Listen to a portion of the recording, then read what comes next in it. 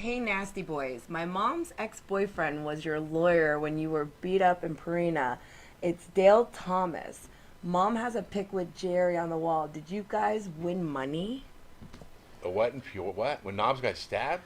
This is from Dick89. Hey, nasty boys. My mom's ex-boyfriend was your lawyer when you were beat up in Peoria, Illinois. We didn't get beat up. Knobs got stabbed. I got stabbed. Oh, But Dale- we didn't. There was no. I had to go back because the kids tried to blame us for it, but they got arrested when the cops found I out the did truth. 2 years in jail for stabbing. And then I'm the only one that had to go back because I'm seen it all more than anybody.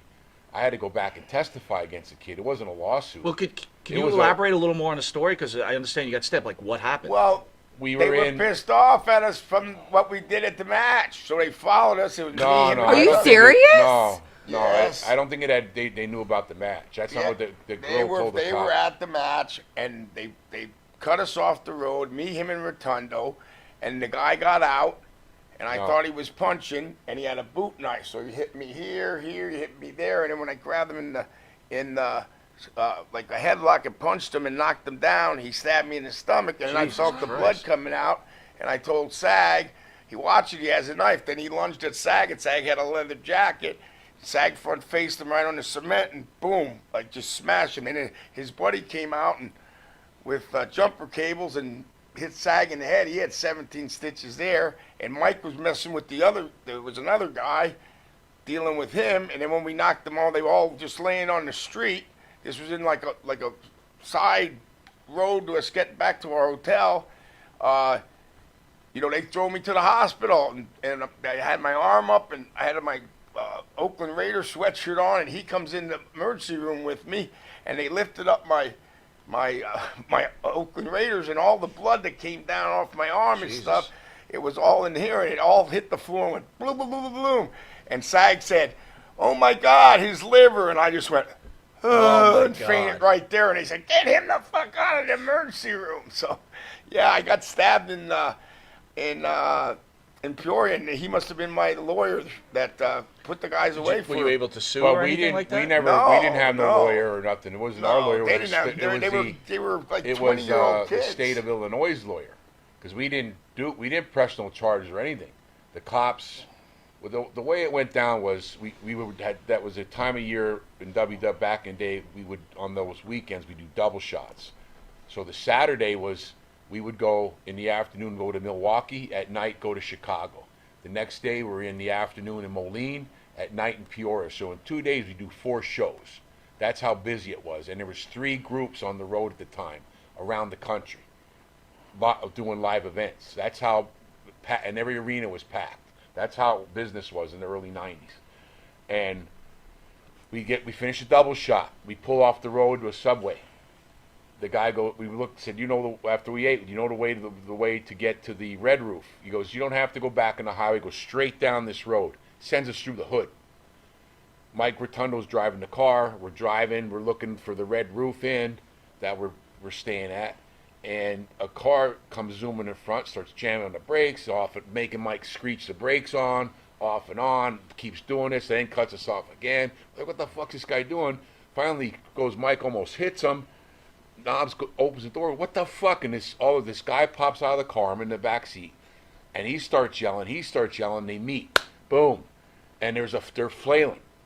By the time I got out of the car and got the Knobs, I hear, "Watch, he's got a knife." I feel on my chest here. I took that arm, grabbed front face, and sort of suplexed his face into the macadam in the middle of the road, and then pounded his head in there until he let go of that knife. And I held the knife.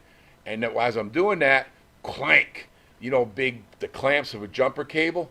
The other kid went in the back of the car and went and whack, like a bang, and they smashed my head in with them. And I went down on top of the kid with the knife and holding the kid down. And and that all got scuffed up. After it sort of broke up then, I grabbed the knife, threw it in the car. Mike goes, "We got to get him out of here." Knobs was going down. He was all carved up by that time. We get to the hospital, and I go, "Listen, we were just attacked by these kids on a thing, and one stabbed them or whatever." I said, "I got the knife in the car. all of a sudden, there, that went down when he said about the inside the hospital. Here comes 2 detectives. I go, oh, I thought because we said call the cops. They come in, they go, what happened? I go, told them the story. And they go, well, how many people? I go, and I remembered, I go, well, there in the car, because I seen in the back hatch, there was 2 guys in the front.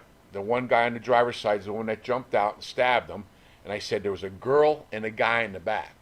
In the meantime, the kids in the car, after the fight, drove to the police station and reported they got beat up by wrestlers.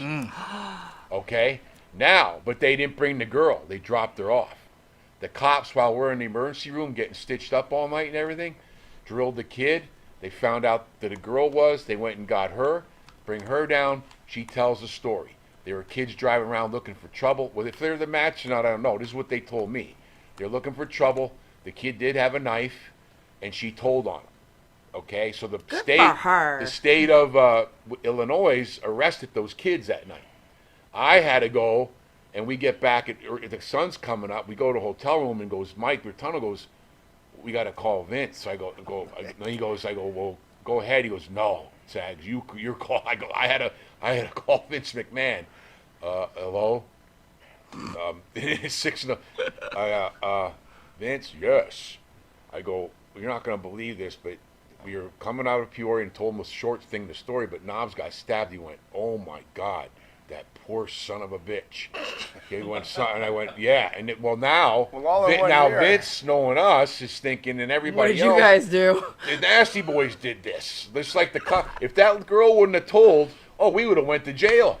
No, you know what I mean? But did you say the kids only got 2 years? No, well, I don't know what they got, but I had to go. Only one guy. The guy that stabbed me got 2 years. But that's like first-degree attempted murder, right? I don't know what they did, but anyway, I don't know. They only got all 2 of a sudden years. I got a memo that I had to fly. That their WWE flew me back, and I had to fly in myself because I knew. And here they kept I didn't know it. They kept my leather jacket. The kid stabbed me in the shoulder, but the leather stopped the knife, and it cut. And stopped right here at the zipper. Wow. Stopped. You are lucky it didn't hit your... If I had a sweatshirt on like this, he would have slit my throat. Because he went boom and was coming across, and that's when I grabbed. That's what he was saying. I grabbed his arm and took him down. And that's what he was saying in the locker room too. I wanted to listen to what he was saying. He was saying, and right when the guy had a knife and was gonna stab it in Knobs' back, I came and saved him and saved the day. And I had to come in the locker room and say, you're full of shit. And the kids were at they weren't kids, they were like 20-year-olds, but they were at the show. And we must have pissed them off because at the time we would get some major heat. Yeah, I don't know if they were at the show or not, but I had to go back and testify. I said all they did was ask me a few things. Can you? And I look and I go, I said that's him right there. I knew it. The kid was looking right at me. I knew it. And I said, okay, that's it. And I left. Never heard another thing. Yeah. So I never had no lawyer. I went back twice. And it was a state of. The prosecutor. Whoever, if you get arrested, like so we're in Long Island, you get arrested here, you ain't there. It's not somebody's lawyer. It's the prosecution. The police department and prosecutor's department that get you. But that's how that happened. That was in '89. They had that was in '90 or '91. They cut his tricep out. They cut his thing. They had to fly in a neurosurgeon. They cut his nerves in his arm. And if he wouldn't have had the fatty, the little bit of, he wasn't like that now. If he didn't have that cushion to protect you, nice cushion. They missed his liver by, he said, like 3/4 of an inch. The knife, because he gutted him, like a Harry carried him. Knobs, he had a scar across there. He would have cut his liver. He'd been dead. You know what I mean? I have a fan question and wants to know. That's the truth, the honest truth. If the Iron